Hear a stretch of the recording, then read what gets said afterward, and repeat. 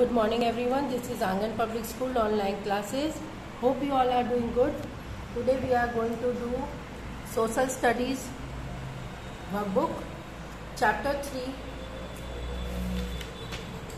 The Northern Plains. Last chapter में हमने जो किया था वो नॉर्दर्न माउंटेन वॉल्स ऐसा था ना, मतलब पहाड़ों के बारे में हमने पढ़ा था. यस, माउंटेन वॉल्स यानी पहाड़ थे नॉर्दर्न की तरफ. इस बार जो हम पढ़ेंगे वो हम पहाड़ों के नीचे की जो जमीन होती है उसके बारे में पढ़ेंगे. पहाड़ थे, पहाड़ खत्म हो गए, नीचे की तरफ आ रहे, तो नीचे की तरफ जब आ रहे हैं तो उसको हम हिमालय का साउथ कह सकते हैं. इंडिया का नॉर्थर्न पार्ट, लेकिन हिमालय का साउदर्न पार्ट यानी हिमालय के नीचे वाले पार्ट की बात कर रहे हैं. और इंडिया में ये नॉर्थ साइड में है. यहाँ पे देखो लिखा है नॉर्थ यानी ऊपर की तरफ, तो ऊपर की तरफ पहाड़ है और ये पहाड़ के नीचे की तरफ है, इसीलिए हम इसको साउथ कहते हैं. ठीक है. ये हिमालय जो है वो जम्मू एंड कश्मीर से स्टार्ट होके ये पूरा रेंज आसाम, मिजोरम, मणिपुर तक हमने लास्ट में पढ़ा था. ये यहाँ से पूरा स्टार्ट होके यहाँ तक पूरा फैला हुआ है. तो और इसकी जो जमीनें हैं, जो पहाड़ों के नीचे की जो जमीन होती है वो भी यहाँ पंजाब से, जम्मू कश्मीर तो पूरा फुल है, वहाँ पे पूरा जमीन मतलब बहुत कम है, वहाँ पे जमीन पूरे पहाड़ों से ढका हुआ है.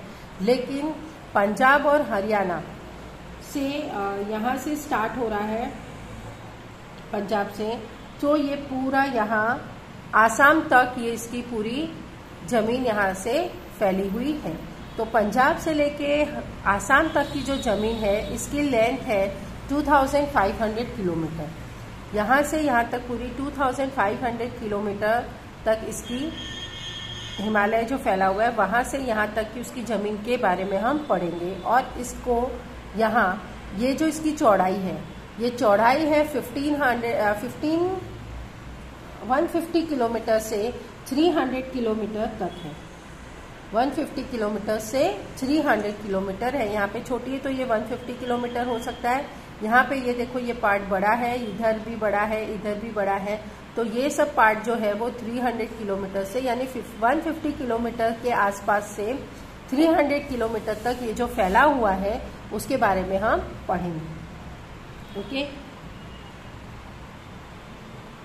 और इस मैप में एकदम ध्यान से देखो कि इसके वेस्ट साइड में यहाँ पे अगर दिख रहा है तो यहाँ पे ग्रेट इंडियन डेजर्ट है, जिसको हम थार डेजर्ट कहते हैं.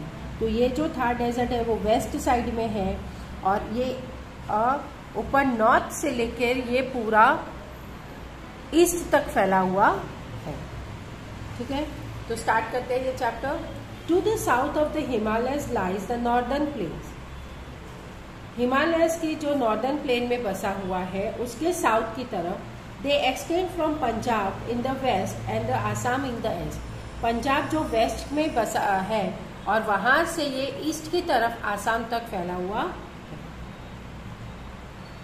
Stretching 2500 kilometre in length and 150 to 300 kilometre in width. जैसे मैंने अभी आपको बताया कि ये 2500 किलोमीटर तक फैला हुआ है और इसकी चौड़ाई 150 किलोमीटर से 300 किलोमीटर तक फैली हुई है.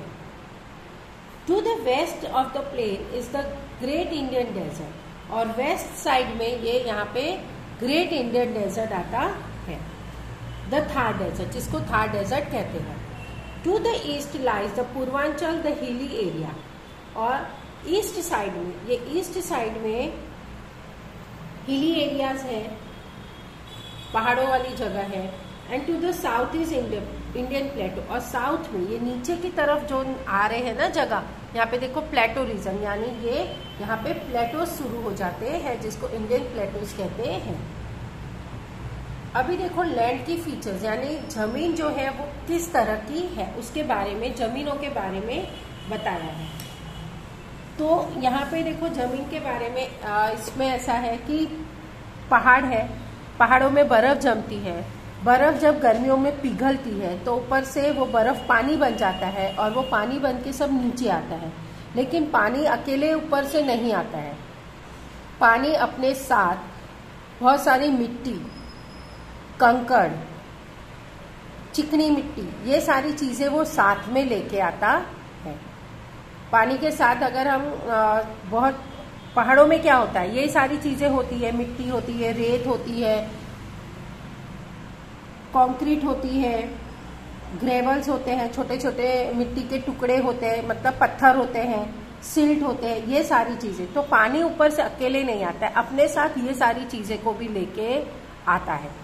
और ये सारी जब चीजें साथ में जब आती है, फिर ये जैसे जैसे नदी का फ्लो बहुत तेज होता है, तो बहुत तेज जब फ्लो धीरे धीरे जब कम हो जाता है, जैसे जैसे नीचे आती जाएगी ना, वैसे वैसे पानी का फ्लो कम हो जाता है। और जब कम हो जाता है तो क्या होता है, वो जो मिट्टी, जो ग्रेवल्स, जो सिल्ट साथ में लेके आई है ना, वो सब नीचे जमीन में बैठने लगते हैं। जब नदी का फ्लो धीमे हो जाता है तो वो सब मिट्टी और ये सब जो होती है वो नीचे जमीन में बैठ जाती है, डिपॉजिट्स हो जाती है नीचे में। ठीक है, तो इसमें यही है कि वो जमीन जो होती है ना, वो बहुत फर्टाइल हो जाती है। फर्टाइल मतलब बहुत उपजाऊ हो जाती है। यानी उसमें जब हम खेती करते हैं, अनाज उगाते हैं, तो वो उसमें और कुछ डालने की जरूरत नहीं पड़ती है, वो ऐसे ही उसमें उगने लगता है। और उस जो क्रॉप्स उगता है ना, उसमें भी काफी मिनरल्स होते हैं, कैल्शियम, पोटेशियम, ये सारी चीजें उसमें होती है, क्योंकि जमीन में ही बहुत फर्टिलिटी होती है, वो एकदम अच्छे से उसमें उग सकता है। तो काफी उपजाऊ होती है वो जो जमीन होती है, जिसको खेती करने में वो सबसे बेस्ट होती है। तो स्टार्ट करते हैं। The northern plains are drained by the number of rivers that originate in the Himalayas in the north and the Vindhya range in the south. The rivers have over thousand of years deposit sediments of sand, gravels and silt called the alluvium in this plains. Northern plain से जो पानी आ रहा है, number of reverse, जो पानी वहां से निकल रहा है, जन्म ले रहा है, जब वहां से उसका स्टार्ट हो रहा है, नदी जो जहां से निकल के स्टार्ट हो रही है, वो हिमालय से निकलती है और विंध्या रेंज से साउथ में से निकलती है। और जो नदी आ रही है वो आज को 1 साल, 2 साल, 10 साल से नहीं आ रही, वो हजारों हजारों साल से इस तरह से वो बहती आ रही है। तो वहां से वो जो भी the thousand of years deposit sediments of sand, gravels and silt are called aluminium in this place. और ये अपने साथ जो मिट्टी, ग्रेवल्स और ये सब जो लेके आई है, जो नीचे जमा हो गए हैं, उन सबको ये हम एल्यूमिनियम कहते हैं। वो जो मिट्टी और ये सब है, उसको एल्यूमिनियम कहा जाता है। This deposits have made the land very fertile. और ये जो जमा हो गई है मिट्टी, इस जमीन को, ये जमीन बहुत फर्टाइल होती है for the cultivation of crop. अनाज उगाने में बहुत ये उपजाऊ हो जाती है। This land being flat and fed by the perennial river. ये जमीन जो होती है फ्लैट होती है और इसमें पेरेनियल रिवर इसको फेड करते हैं, यानी इसको पालते हैं, बोल सकते हैं कि जैसे इनके कारण ही, पेरेनियल रिवर के कारण ही ये क्रॉप्स, क्योंकि क्रॉप्स में पानी चाहिए होता है, तो ये पानी इनको कहाँ से मिलेगा?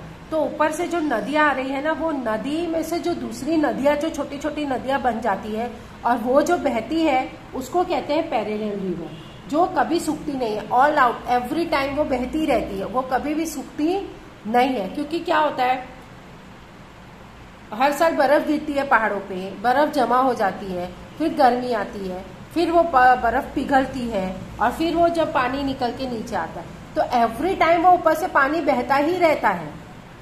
वो पूरा कंटिन्यूसली कभी बंद नहीं होगा, कभी सूखेगा नहीं, क्योंकि ठंड पड़ती रहेगी और बर्फ जमा होगी और बर्फ गर्मी पड़ेगी, तब वो बर्फ पिघलेगी और उसमें से पानी निकलेगा। वो निकलता ही जा रहा है और जम रहा है, तो इसको पेरेनियल रिवर कहते हैं, जो कभी भी सूखती नहीं है। तो इसके कारण ये जो जमीन होती है ना, वो फेड हो रही है, यानी बड़ी हो रही है। यहाँ इसके कारण ये जमीने में क्रॉप्स उग सकते हैं। Has been centre of the Asian civilisation along the river basis. और ये एशियंट यानी पुराने जो हमारे एशियंट लोग थे, पूर्वजों जो थे वो भी इस जगह को कल्टीवेशन, सिविलाइजेशन, जो लोग यहाँ पे रहते थे वो यहाँ पे इसकी खेती करते थे। ओके, और पहले रिवर बेसिन भी करके एक नदी थी, वो भी वहां से बहती थी। The 3 main rivers that flow through the northern plains are the Brahmaputra, Ganga and the Sutlej. The northern plains are thus divided into 3 zones along these river basins. यहाँ पे 3 नदियां हैं जो बहती है। मेन 3 नदियां नॉर्दर्न प्लेन की है, एक ब्रह्मपुत्र है, गंगा है और सतलुज है। The northern plain are thus divided into 3 zones along these river basins. और ये तीनों नदियों ने 3 अलग अलग भाग से डिवाइड हो गए रिवर बेसिन को साथ में मिलती। यहाँ पे देखो ये मैप है, इस मैप में आप देखोगे 3 जो मेन नदी के नाम दिए गए हैं। एक है Brahmaputra, second is Ganga and third one is Sutlej. ये तीनों नदी के नाम दिए हैं। अब ये तीनों नदी में क्या होता है, यहाँ से ये जो पहाड़ निकल रहे हैं, ठीक है, ये पहाड़ जो निकल रहे हैं, इस पहाड़ में से 3 मेन नदियां निकल रही हैं। एक है सतलुज जो पंजाब, हिमाचल प्रदेश और फिर उसके बाद में पाकिस्तान होके बाहर निकलती है। एक है यहाँ बीच में से निकलती है, वो है गंगा, और एक इस तरह साइड में से होके निकलती है ब्रह्मपुत्र। तो ये 3 मेन नदी है और ये तीनों मेन, इसको 3 भाग में इसको डिवाइड कर दिया है, 1, 2 एंड 3। तो ये तीनों भागों में इसको ये डिवाइड हो गया। Now what is about the Sutlej. अब सतलज बेसिन के बारे में हम पढ़ेंगे, यानी सतलज की जो जमीन है वहां के, उसके बारे में।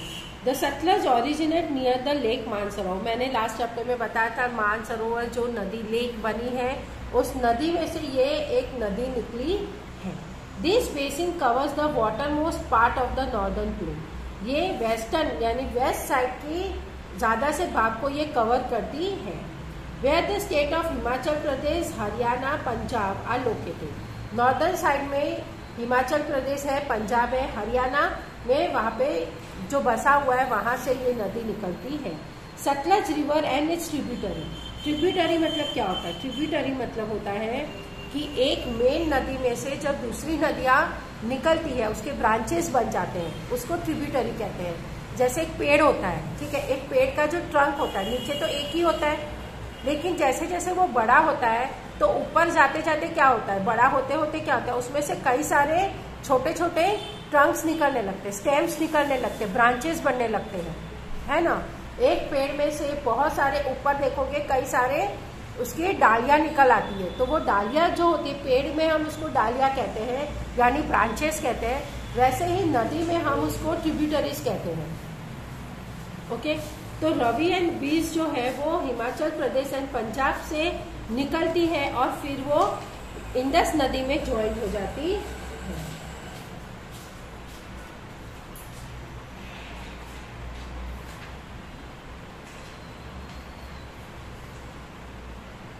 Okay, now the Indus originate near Mansarovar, passes through the Jammu Kashmir, flow through the Pakistan and finally enter the Arabian Sea। और ये जो इंडस नदी है वो भी मानसरोवर से ही निकली हुई है, लेकिन वो नदी जो जम्मू और कश्मीर से होके निकलती है। यहाँ पे देखो दिख रहा है, ये मैप में अगर देखोगे यहाँ पे जम्मू कश्मीर में ये इंडस नदी होके निकल रही है, और ये इंडस नदी जो निकल रही है वो यहाँ से होके ये यहाँ पे यहाँ से होके निकलती है, जहाँ पे ये नदी रवि और जो बीज नदी है वो यहाँ पे आके इंडस नदी में मिल जाती है, और ये इंडस नदी पाकिस्तान से होते हुए यहाँ पे अरेबियन सी में आके मिलती है।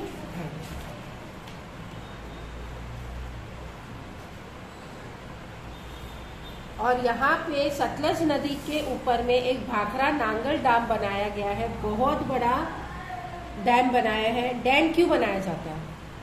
पानी में नदियों में डैम क्यों बनाते हैं? नदियों में डैम हम बनाते हैं ताकि हम उस नदी का फोर्स रोक सके, क्योंकि ये बहुत फोर्स में आती है तो उसका फोर्स रोक सके। नहीं तो अगर ज्यादा फोर्स से वो जाएगी तो पूरे शहर को या गांव को से होके भी वो निकलेगी तो सब में पानी भर जाएगा और सब बर्बाद हो जाएगा।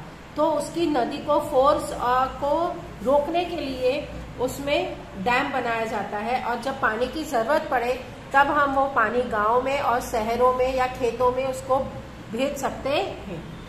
तो उस पानी को वहां पे डैम बनाया है जिसका नाम है भाखरा नांगल डैम, और वो जो नदी है और उसके लिए जो लेक बना है, वहां पे जो लेक है उस लेक को गोविंद सागर लेक कहते हैं। Canals for irrigation and supplied with water from this lake. Electricity is also generated from the water in this dam and is supplied to the states of Punjab, Haryana, Delhi and Rajasthan. देखो, dam में एक और भी चीज होता है कि वहां पे बहुत फोर्स से पानी आता है, और उस फोर्स से जब वो पानी आता है ना तो उसमें से बिजली उत्पन्न करते हैं, इलेक्ट्रिसिटी उत्पन्न होती है, और उस इलेक्ट्रिसिटी को काफी शहरों में सप्लाई किया जाता है। सेकेंड होता है कि वो पानी को जो रोका जाता है, जैसे ये देखो पहाड़ों में से नदी निकल रही है, ठीक है, ये पहाड़ है, पहाड़ों में से ये नदी निकल रही है और ये नदी को यहाँ से बह रही है। अब ये बहते जब नदी बह रही है तो यहाँ पे डैम बनाया और यहाँ पे एक बड़ा सा लेक बना दिया, पानी को स्टोर करके रखा है, ठीक है। अब ये स्टोर किया हुआ पानी क्या करते हैं, यहाँ पे इस तरह से गवर्नमेंट कैनल्स बनाती है, बड़े बड़े जो लोहे के पाइप्स होते हैं ना, बहुत मजबूत मोटे मोटे से पाइप्स होते हैं, वो उसमें फिट किए जाते हैं और इस तरह से कैनल बनाते हैं। यानी जिस खेत में चाहिए या जिस शहर में भेजा जाता है उस शहर में से इस तरह से पाइप वहां लगा के उस पैनल को कैनल्स के थ्रू उसमें दिया जाता है, ठीक है। तो कैनल्स में से कैसे पानी दिया जाता है, खेत में चाहिए होता है, वो लेक में जो पानी होता है उसको इस तरह से काफी शहरों में, गांवों में, खेतों में उसको सप्लाई करते हैं, ठीक है। तो यहीं तक ही हम करेंगे, ओके। नेक्स्ट चैप्टर हम नेक्स्ट क्लास में इसको कंप्लीट करेंगे, okay. So till then bye and take care.